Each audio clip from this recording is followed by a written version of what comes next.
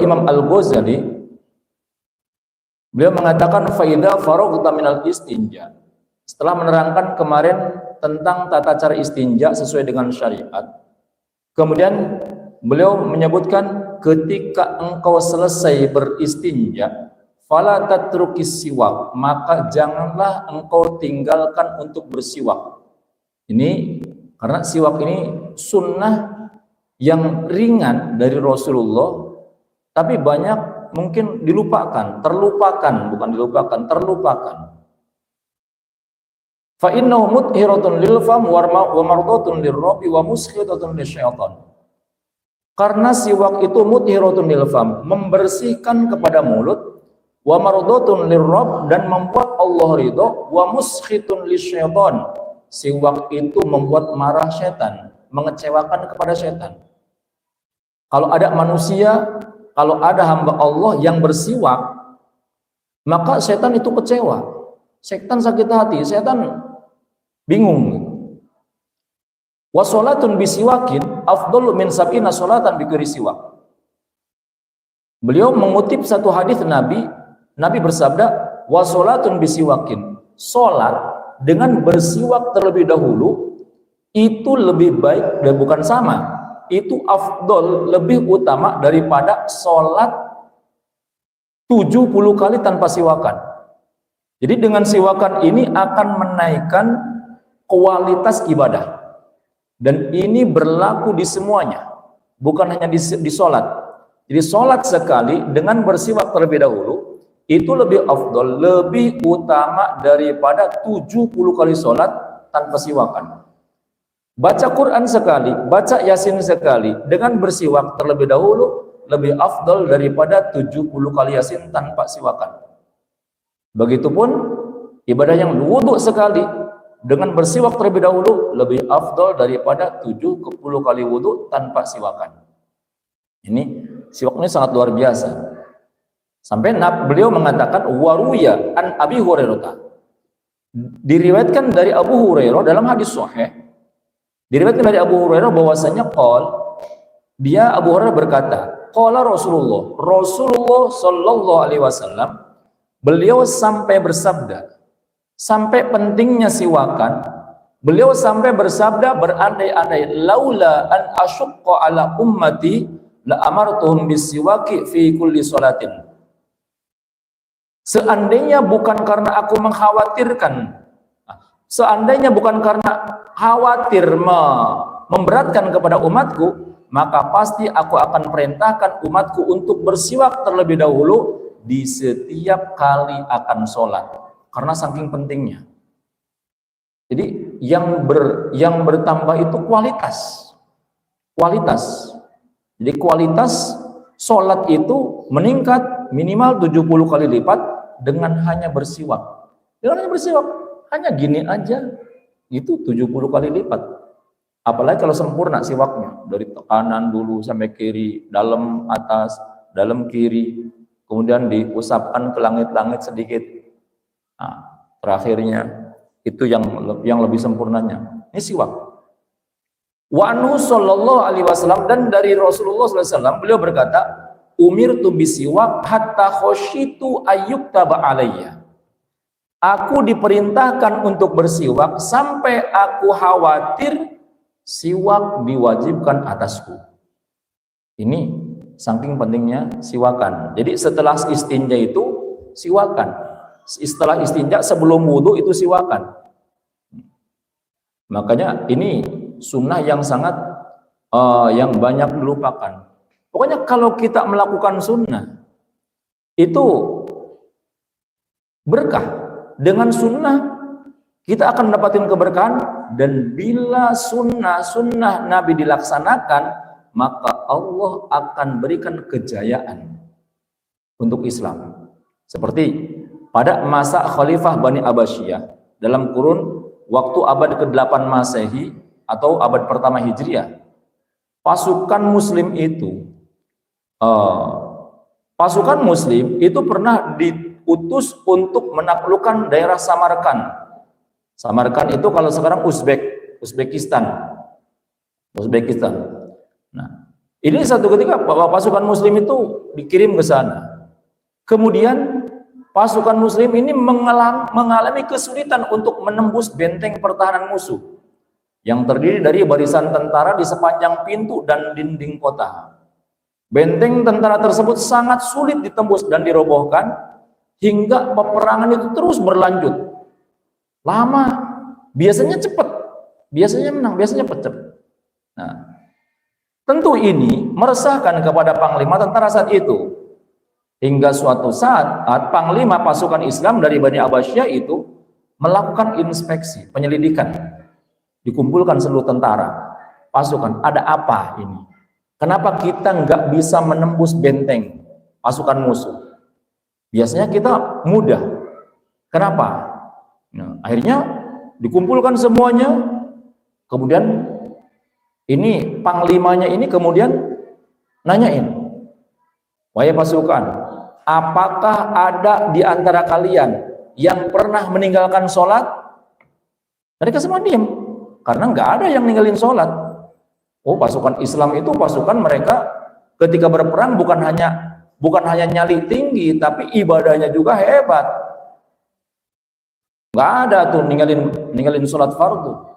Maka nggak ada satupun yang mengaku, karena nggak ada yang meninggalkan sholat fardu. Kemudian ditanya lagi oleh panglima perangnya, apakah ada di antara kalian yang meninggalkan sholat rawatib qobliyah ba'diyah? Mereka juga diam, karena mereka rutin rawatib. Qobliyah ba'diyah selalu dilaksanakan. Diam semuanya. Kemudian nanya lagi nih, panglimanya bertanya lagi, apakah Anda di antara kalian yang pernah ninggalin qiyamul lail, sholat malam, tahajud? Ternyata tidak ada juga, sepi, nggak ada juga, karena tiap malam mereka tahajud. Nah, tidak ada satupun. Nah, kemudian akhirnya dipikir, ini ada apa? Ini ada apa? Ini pasti ada yang salah pada diri kalian, kata panglima ini. Ini pasti ada yang salah pada diri kalian. Ada mungkin, kalau enggak wajib, hal-hal yang sunnah yang kalian tinggalkan, sunnah Rasul yang kalian tinggalkan. Dipikir terus mereka tiba-tiba sadar bahwasanya sepanjang peperangan berlangsung sekian lama, sebagian dari pasukan kehilangan kayu siwak. Jadi sebagian besar dari pasukan kehilangan kayu siwak, sehingga mereka lupa untuk tidak bersiwak, karena kayu siwaknya itu jatuh. Banyak yang kayu siwaknya jatuh. Jadi kan sunnah ketika akan wudhu, akan sholat itu bersiwak. Nah, sehingga mereka oh iya panglima, iya kami kehilangan kayu siwak sehingga kami udah beberapa bulan ini tidak bersiwak, gitu. Akhirnya mengetahui hal itu, panglima perang pun kemudian memerintahkan agar menebang pohon untuk membuat siwak. Sok sekarang bikin siwak dari pohon-pohon yang ada, kemudian menebang ranting-ranting pohon untuk bersiwak. Mereka berbondong-bondong mencari pohon yang kayunya bisa digunakan untuk bersiwak. Lalu menebangnya, kemudian dibuatlah siwak. Setelah itu mereka kemudian bersiwak semua dari kayu pohon yang mereka tebang tadi. Mereka siwak. Gitu. Nah, kemudian setelah itu muadzin pun melantunkan adzan, dilantunkan adzan. Dan seluruh tentara siap sedia menunaikan sholat berjamaah. Setelah itu pasukan bersiap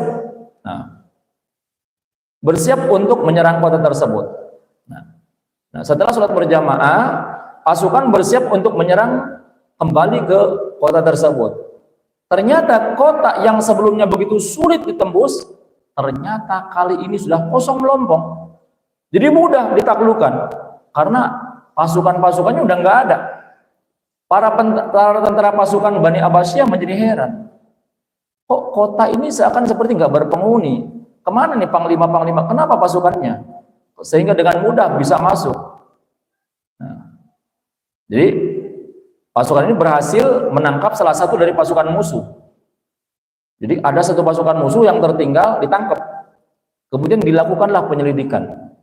Ketika dilakukan penyelidikan, ternyata Saat semua pasukan Islam sedang menebang pohon untuk siwak, ada beberapa orang mata-mata musuh yang menyelinap ngintip apa yang dilakukan oleh pasukan muslimin. Ketika itu si mata-mata itu dia melihat pasukan muslimin menebang pohon. Kemudian mereka ramai-ramai bersiwak sebelum melaksanakan sholat. Siwak itu kan di gini, seperti meruncingkan gigi. Kemudian si pengintip tersebut melihat pasukan Islam sedang siap-siap menunaikan sholat, dan tiba-tiba hatinya menjadi gemetar, menggigil ketakutan. Kemudian mata-mata tersebut segera lari kembali ke pasukannya sambil membawa berita. Dia laporannya begini, sungguh musuh kita bukanlah manusia sembarangan, bukan sembarangan manusia. Aku lihat orang Islam itu sekarang sedang mengasah gigi mereka dengan kayu untuk memakan kita. Kita akan dimakan satu persatu oleh mereka. Mereka sedang mengasah gigi mereka dengan menggunakan kayu, sedang dipertajam. Kata si mata-mata ini, sehingga tiba-tiba mereka merasa takut, merasa gentar, dan mereka pun akhirnya meninggalkan daripada kota tersebut. Pasukannya meninggalkan kota tersebut, takut dimakan oleh pasukan muslim. Ini asli. Jadi ini asli. Sampai ketika orang Islam itu melaksanakan sunnah, Allah tanamkan rasa gentar di hati para musuh. Jadi ketika musuh kok enggak takut sama orang Islam, ada yang salah dengan kita. Kita mungkin menyepelekan hal-hal yang sunnah. Sekarang mah boro-boro yang sunnah, yang wajib juga ditinggalin. Maka kalau hidup pengen berkah, kalau hidup pengen bahagia, tenang, nyaman, berkah di dunia, berkah di akhirat, selamat dunia, selamat akhirat, bahagia dunia, bahagia akhirat, jangan tinggalkan kewajiban dan berusaha untuk menyempurnakan kesunahan-kesunahan yang bisa kita lakukan. Karena demi Allah ketika sudah mati, sudah masuk ke dalam kuburan, itu akan minta kepada Gusti Allah, minta dihidupkan sebentar saja mau melaksanakan sunnah, sebentar saja mau melaksanakan kewajiban, sebentar saja mau sedekah, sebentar saja mau dzikir. Tapi itu sudah tidak bisa. Ini contoh ya, contoh seperti siwak ini. Di siwak ini banyak sekali keutamaan daripada siwak ini. Adapun kaifiyahnya, siwak ini bagusnya dengan siwak itu boleh dengan apa saja, dengan menggunakan kayu apa saja. Bagusnya dengan menggunakan kayu arok seperti ini. Menggunakan kayu arok, kemudian ujungnya dibikin dipek-prek sehingga ngejebuk sehingga seperti sikat gigi. Menggunakannya dari kanan dulu, atas bawah, kemudian seperti sikat gigi, kemudian dalam atas, kemudian dalam bawah. Setelah itu kemudian usapkan ke langit-langit secara pelan. Itu sempurnanya seperti itu. Tapi kalaupun tidak, kita hanya menggosokkan sedikit di depan juga udah sah. Udah sah. Jadi sudah mendapatkan aslus sunnah, sudah didapatkan. Nah, kemudian di antara keutamaan bersiwak, innahu yutahhiru al-fam, banyak keutamaan bersiwak. Membersihkan, yang pertama siwak itu membersihkan mulut. Membersihkan mulut akan bersih. Karena siwak itu kan sunnah setiap saat. Enggak mau sholat aja siwak itu. Kapanpun sunnah, dapat pahala bersiwak. Lagi diem, siwakan, dapat pahala. Mendak 1 jam, siwakan lagi. 10 menit kemudian siwakan lagi, boleh, dapat pahala itu. Jadi yang pertama mensucikan atau membersihkan kepada mulut. Yang kedua, wa yurdi ar-rabb, membuat Allah ridho, senang Allah. Kalau ada hambanya yang bersiwak, Allah tuh senang, ridho kepada mereka. Kemudian wa yubayyidul asnan, membuat gigi menjadi putih. Wa yutayyibu an-nuqha, membuat bau mulut menjadi enak. Kemudian diantaranya siwak itu wa yusawwi ad-dhahra, membuat punggung itu lurus. Jadi enggak cepat bungkuk nanti kalau udah tua. Siwak itu dengan bersiwak. Itu diantara hikmahnya. Wa yashuddu al-litha. Kemudian yang keenam, siwak akan menguatkan gusi. Wa yubti'u asy-syaib. Kemudian wa yusfi al-khilqah. Wa yuzakki al-fatona. Siwak juga akan membuat kecerdasan itu semakin kuat.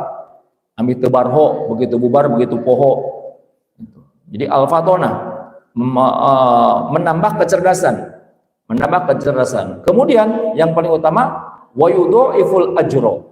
Siwak itu akan melipat gandakan pahala. Jadi melipat gandakan pahala tadi disebutkan minimal 70 kali lipat akan dilipat gandakan oleh Allah. Kemudian wa yusahhilun naz'a. Siwak itu akan memudahkan dicabutnya ruh. Jadi ketika nanti masa ketika sakaratul maut akan diringankan oleh Allah. Jadi tidak berat. Jadi akan yusahhilur ruh. Makanya salah satu cara ketika ada orang yang mungkin dalam keadaan sakaratul maut, naza, sulit keluarnya ruh, maka siwakan. Salah satunya sunnah disiwakan. Nah, pangyiwakankeun. Wa yusailun naz'a. Kemudian wa yudzakiru syahada ingdal maut. Di antara keutamaan siwak adalah wa yudzakiru syahada ingdal maut. Akan mengingatkan di saat sakaratul maut, akan mengingatkan kita kepada syahadat.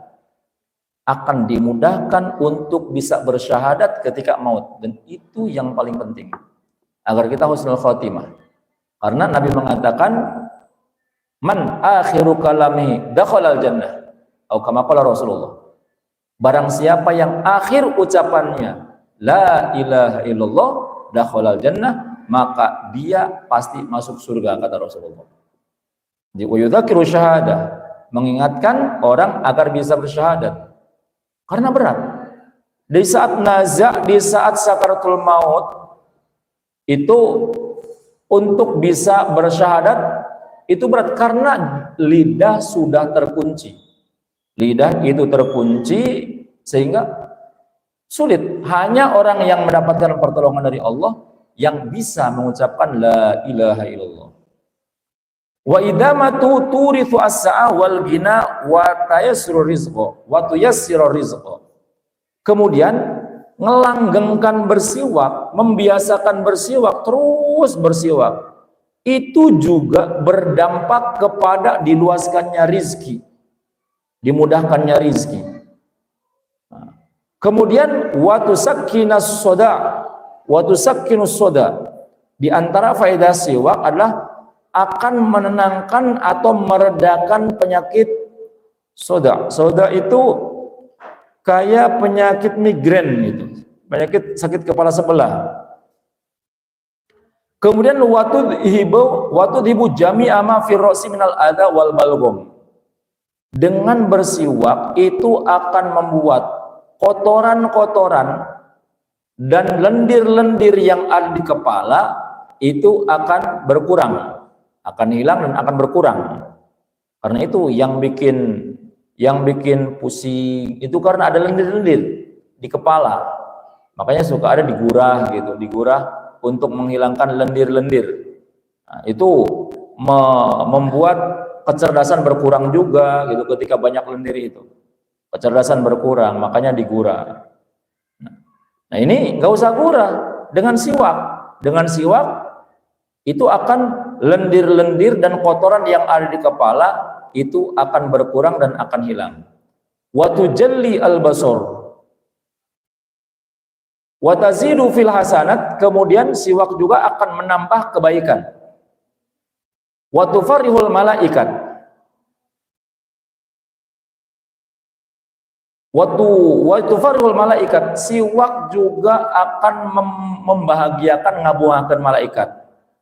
Wa tusafihuhu li nuri wajihi, bahkan akan disalami oleh malaikat karena cahaya di wajahnya. Itu di antara siwak, di antara keutamaannya.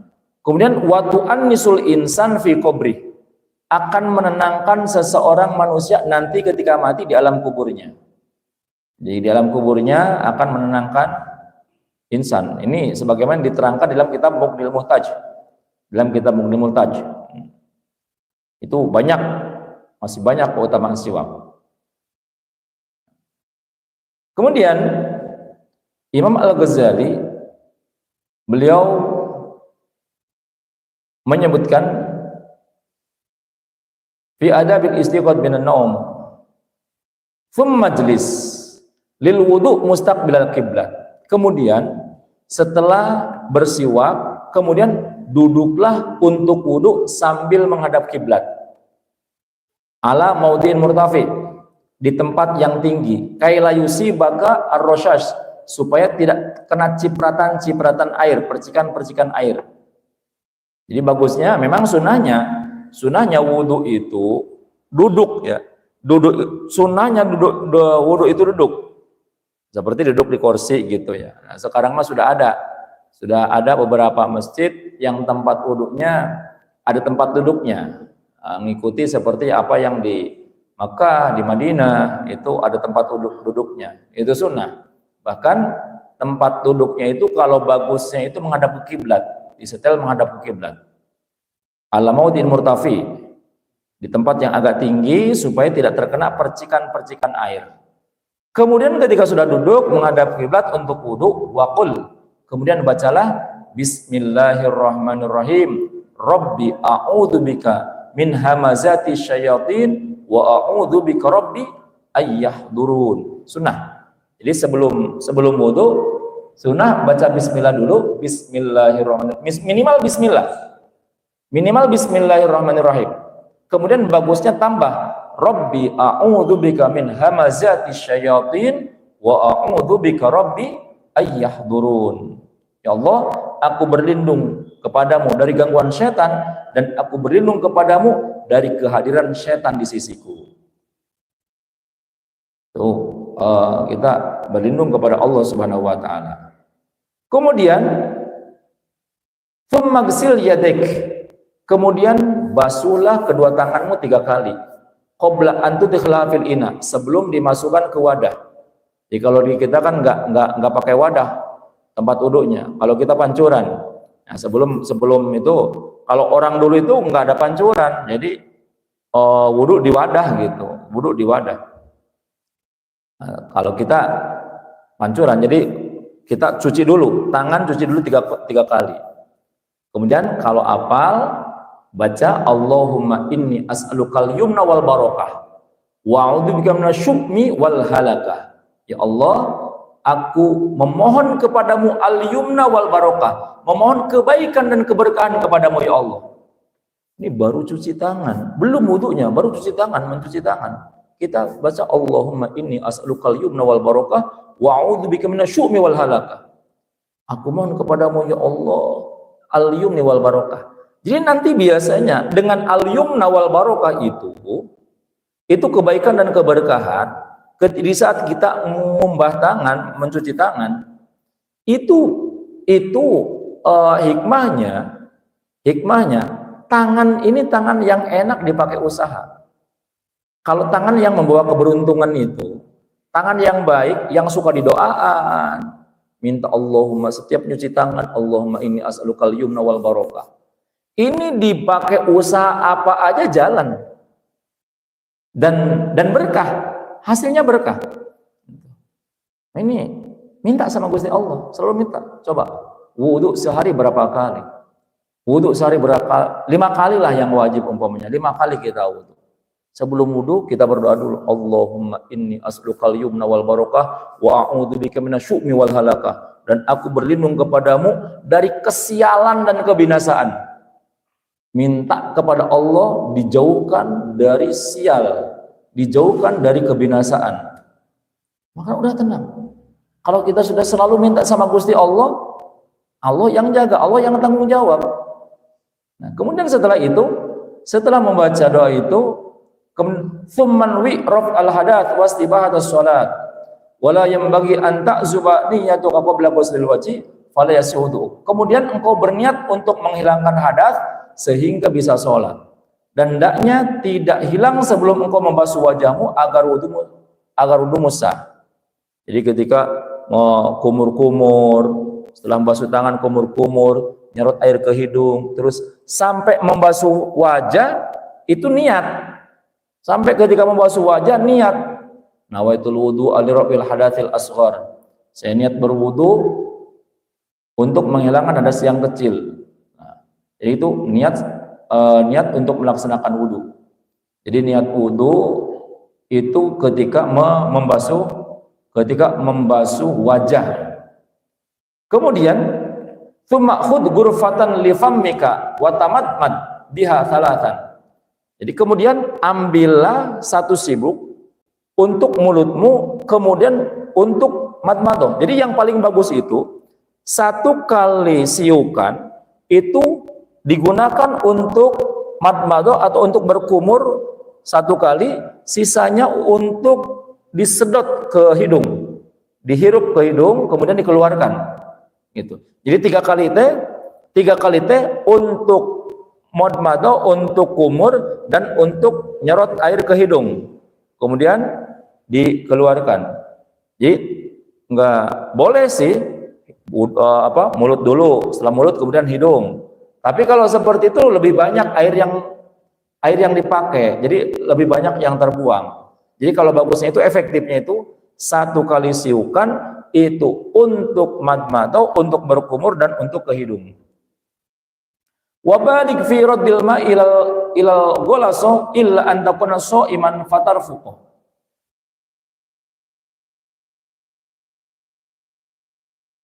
Wa balik fi raddil ma, kemudian dibanget-bangetkan gitu fi raddil ma ilal ghulaso.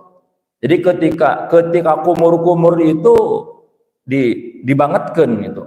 Jadi dibangetkan untuk pelan-pelan, tapi supaya betul-betul di dalam mulutnya bersih, kecuali bagi orang yang puasa, sampai kalau bisa sampai tenggorokan, jadi rada enggak. Tapi jangan ada yang ketelan kalau lagi puasa. Fatarfuqu. Kemudian bacalah doa. Wa qul Allahumma a'inni ala tilawati kitabika wa kathrati dzikri laka wa tsabbitni bil qawli tsabit fil hayati dunya wa fil akhirah. Jadi ketika madmadah, ketika istinsyak, berkumur, kemudian istinsyak, sambil doa sama Gusti Allah, Allahumma a'inni ala tilawati kitabik. Ya Allah, bantu aku agar aku senang membaca kitab-Mu ya Allah. Kita bisa baca Quran, tapi kadang Quran dilalaikan, nggak dibaca Qurannya. Ya, kayak dibaca Quran nunggu Ramadan baru senang baca Quran. Di luar Ramadan, apalagi kalau lagi banyak pekerjaan, lupa nggak baca Quran. Wa kathratu dzikri, ya Allah, bantu aku untuk membaca Al-Quran dan memperbanyak berzikir dan menyebut kepadamu ya Allah. Jadi ketika kita berumur itu, kita berdoa sama Gusti Allah, ya Allah, jadikan lidah ini lidah yang selalu membaca ayat-ayat-Mu dan lidah yang selalu menyebut nama-Mu. Wa tsabbitni bil qawli tsabit, dan kukuhkanlah aku dengan perkataan yang kuat, yaitu la ilaha illallah, baik fil hayati dunya wa fil akhirah. Jadi minta kita kepada Allah agar kita dihidupkan bersama dengan kalimah thayyibah, diwafatkan juga di saat mengucapkan kalimah thayyibah. Jadi jangan jauh dari kalimat thayyibah, la ilaha illallah. Ini luar biasa. Pengaruhnya la ilaha illallah itu sangat luar biasa pengaruhnya.